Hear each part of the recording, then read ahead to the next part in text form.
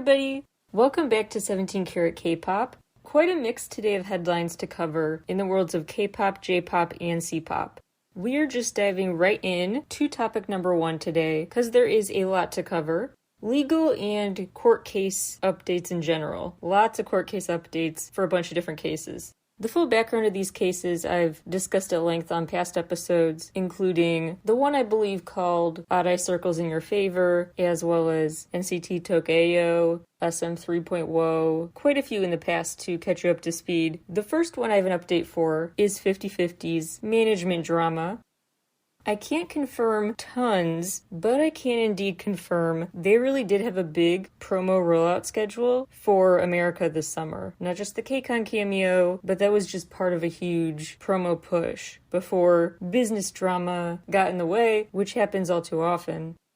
On July 18th, the Korea Entertainment Management Association ruled in Attract's favor, the company Attract, proving that Attract's claims of another company trying to poach the group were accurate. The court sided with that belief that they were trying to poach the group. Remember, this is the weird case where two different companies planned to jointly manage 50/50, then all of a sudden there was the accusation of flat-out sabotage.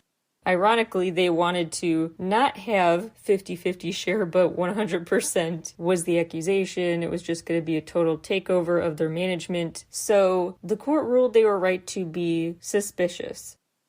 This also happened to be on the exact same day another update came for the separate legal drama that has stalled the group's momentum. And that has to do with royalties for the hit song Cupid. The Copyright Association announced a postponement of the royalties announced in response to Attract requesting this postponement of royalties until they get it sorted out, who ripped off who or whatever. They agreed. So the song Cupid, whether it was stolen copyright or whatever, still being sorted out. So not only are 50/50 dealing with stalled career momentum, but they're not getting paid for the one single they have been able to put out. We'll keep you posted. An interesting curveball in the bizarre EXO SM Entertainment versus BPM saga, where SM was accusing BPM of trying to poach EXO. All of a sudden, July 18th as well, it was a big drama day. Tencent Asia exclusively revealed a transcript they'd obtained that they thought was a bombshell proving MC Mon, head of BPM, was indeed trying to poach the group from SM. Long story short, SM was saying, hey, you tried to poach the group. BPM basically got them to admit, okay, that was just us acting on a false tip that we should not have believed, hook, line, and sinker. You actually weren't being a nefarious force influencing the group's business choices. We should have believed you when you said you were just talking to them as music industry colleagues. So SM put forth the accusation, retracted it. Now, this transcript was allegedly proof. Hey, wait a second. They were right to be suspicious of this guy, that MC Mon really did try to take the group. The transcript does include a line about trying to, quote, get Kai and Baekhyun, unquote. However, some parts of the transcript should be taken with a grain of salt. First of all, because it's out of context. This conversation, this phone recording, took place January 2022. So maybe he did try to take Kai and Baekhyun under his wing, under his own company back then, but that is not necessarily proof to support SM's current claims about a more recent attempt to poach the whole group. So it's pretty easy in court if they want to argue that shouldn't even be admissible. It's irrelevant to the current claim. It could show a pattern of behavior, they could argue, but that might be hard to do. Another thing is the fact this was an exclusive, a big gotcha kind of story. You just always want to take those with a grain of salt, especially with the transcript being from a seemingly separate incident. It's not like a transcript from a conversation he had this year with them, which he claims were just friendly conversations, just advice for fellow music industry people. If there was a transcript of a really recent talk that he specifically said, yeah, that talk was just friendly, not business related, and the transcript showed otherwise, that would be more of a smoking gun to me. MC Mon's attorney issued a statement the next day saying, quote, the voice recording was made by skillfully cropping MC Mon's voice from a conversation lasting over 2 hours. The mention of EXO's Kai and Baekhyun lasted only about a minute, unquote. He also said maybe there's additional legal trouble too now because they are forwarding to prosecution a request to reprimand them for illegally recording that call. It's interesting wording when MC Mon's lawyer statement said that he was offering advice after he, quote, found out the EXO members had dreams of becoming independent and self-sustaining producers, unquote. He would know what it's like to start your own company, really. And it sounds like some EXO members have desires to do that too. I found that a very interesting anecdote. So the short version is just that there was this big story, oh my gosh, look at this proof that MC Mon was trying to poach the group. Then the legal response was like, that doesn't prove anything, it's irrelevant, it's being used to spin a narrative. As of now, it still sounds pretty relatively good and calm between the parties, at least EXO and SM, back on good terms. Now, tensions are going to go up again if indeed the prosecution decides to really crack down on whoever illegally recorded that conversation. We'll keep you posted. Speaking of former SM artists, we're not going to talk about specifics about what he was found guilty of, so you don't have to worry about a trigger warning here. This awful person found guilty, Chris Wu, he is trying to appeal his sentence. He got 13 years and also had to pay a huge fine separately for tax evasion of 84 million USD. So back in November 2022, he was sentenced. A Beijing Intermediate People's Court announced that a ruling on whether or not his request for an appeal will be granted, that'll come at a later, unspecified date. But they did make that public that it's on the way, while reiterating to the Canadian Embassy, yeah, we're going to abide by his legal rights along the way. For the record, saying, hey, we're telling you this update about the status, there's a potential appeal, we're making sure it's on the record, we have not violated any of his rights during this process, because if they did, that could void whatever decision they make. Former K-pop star Steve Yu, aka Yu Sun-jun, popular in the 90s and early aughts, he won on an appeal. He was barred from South Korea for quite a long time, but now he is welcome back, although welcome might be a strong word. Back in 2002, he was barred from visiting South Korea because he officially renounced his Korean citizenship to basically dodge mandatory military service. He got out of military service by renouncing his citizenship, and therefore he was banned from getting the visa he had applied for. He sued in 2015.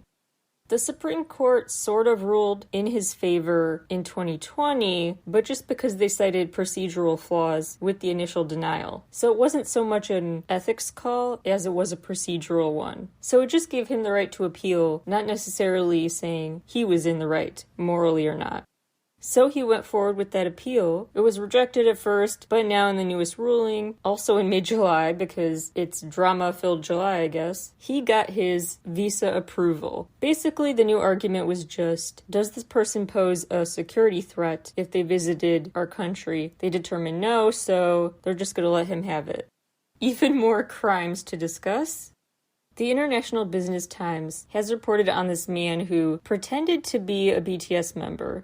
Basically also kind of posing as a producer. It sounds like he pretended to be a BTS member, but the headlines imply he was just trying to act like a producer on the staff. Either way, he wanted to be seen as an employee with Big Hit Music.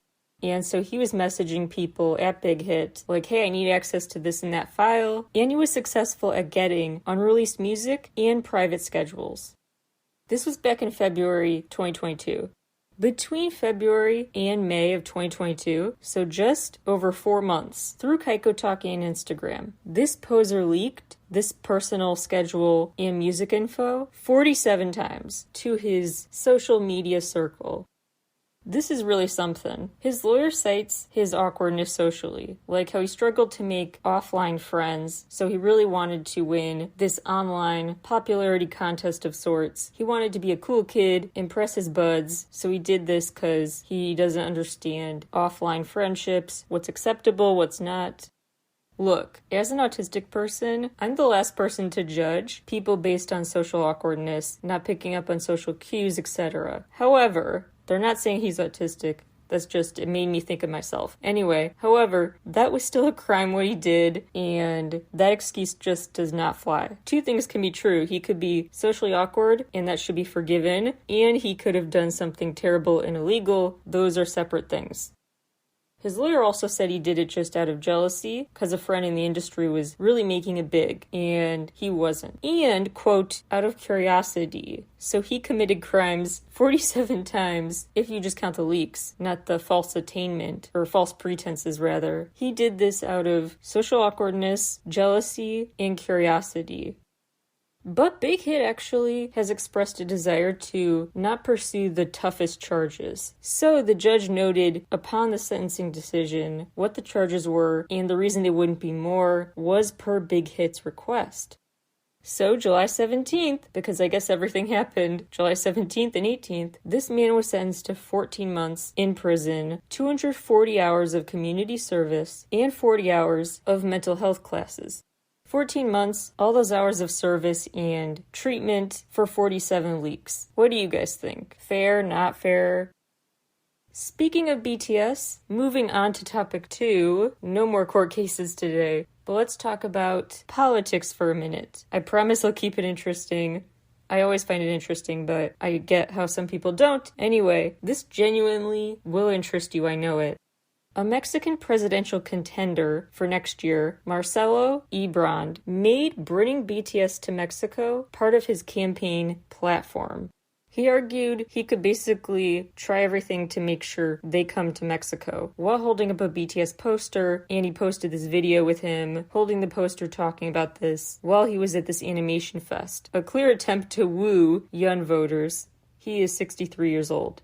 But he does sound like a genuine fan of K-pop. He went to a Blackpink concert just this spring. I must admit, this policy position is enticing. It's not the full reason I'd vote for someone, but you can't deny, maybe it's less silly of an idea for a platform than you thought. At least it's not a harmful one. So if an election turns lesser of the two evils like, I'm more inclined to go with the K-pop fan. Number 3, Blackpink updates. First of all, as of recording time, all the contract negotiation talk has remained not worth reporting on to me just because it's still undetermined.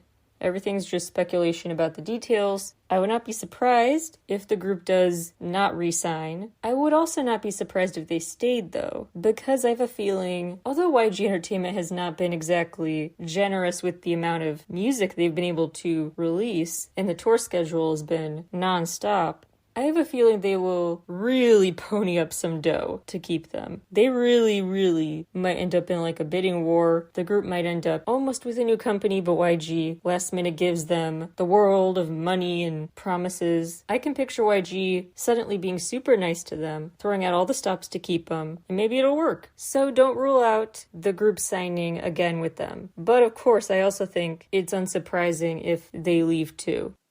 Meanwhile, they continue to just take over. Do Do Do Do is the first K-pop video to surpass 2.1 billion with a B views. They're the first act in history to headline 2 consecutive sold-out shows at a Vietnam stadium. They surpassed 90 million subscribers on YouTube. They're the 8th female act and the first female group to ever headline a sold-out show at this famous stadium in France.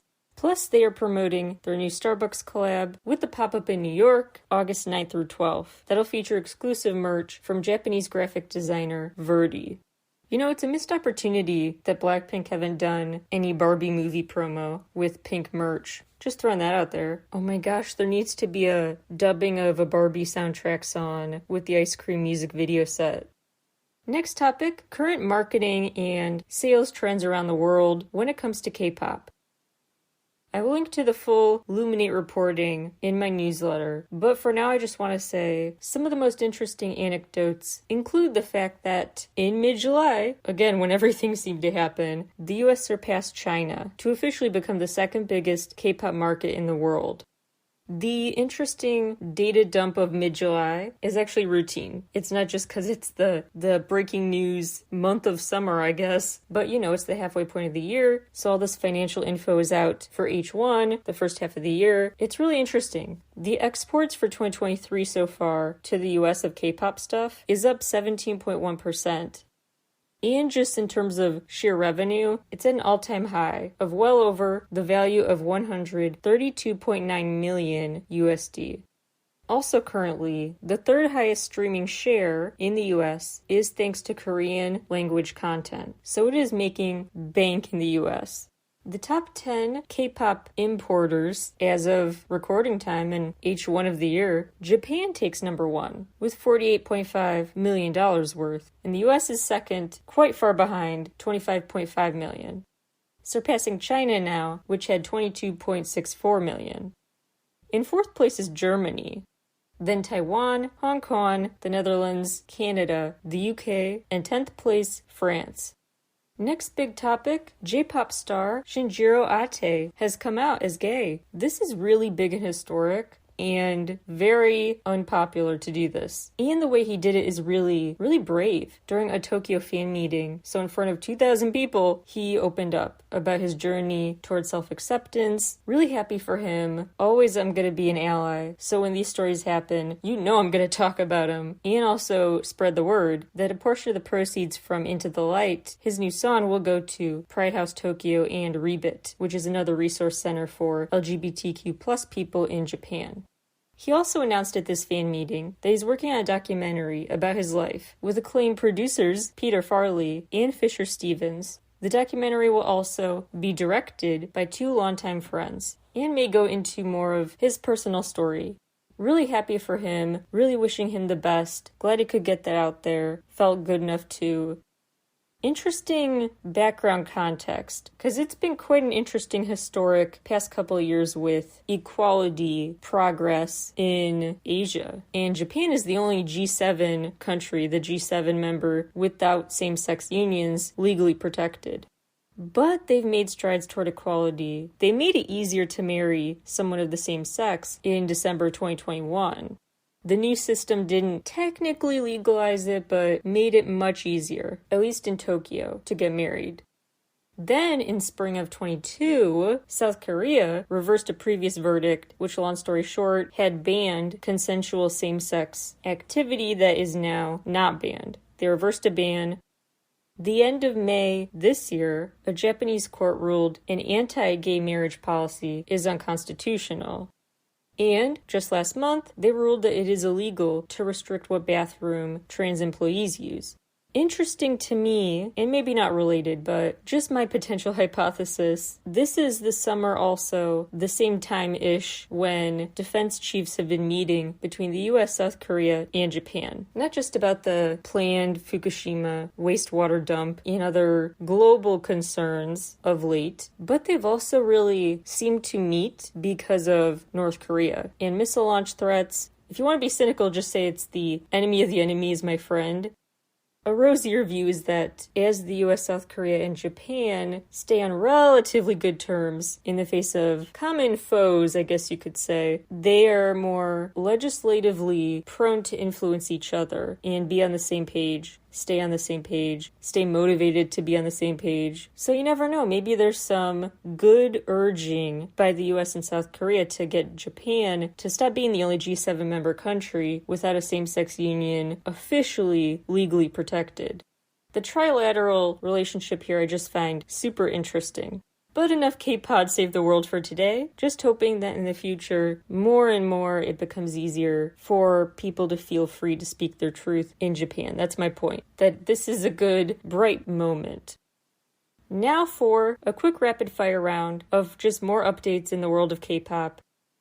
Chu now has her solo fandom name. It's the KKOTI. It's the Finnish word for home. KKUKA means flower, flower in Finnish. So home, flower, terms for protecting a new root that's sprouting up for a new beginning, basically.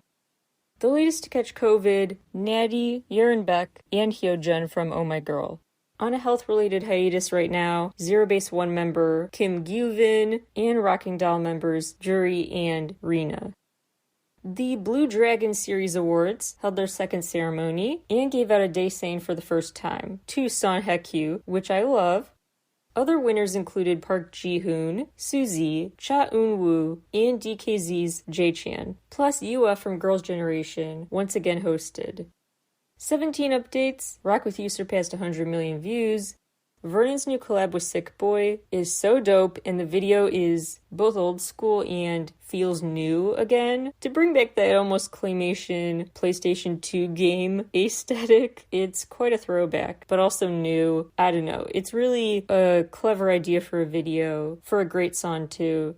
Super surpassed 100 million views, and June's new show premiered, called Exclusive Fairy Tale. Same month of his song Psycho coming out. What a range. Juhani just enlisted, Ki-hyun is about to for Monsta X as well, and Jun Soon-hwan. Some agency updates. JB has left CD and ZA Records.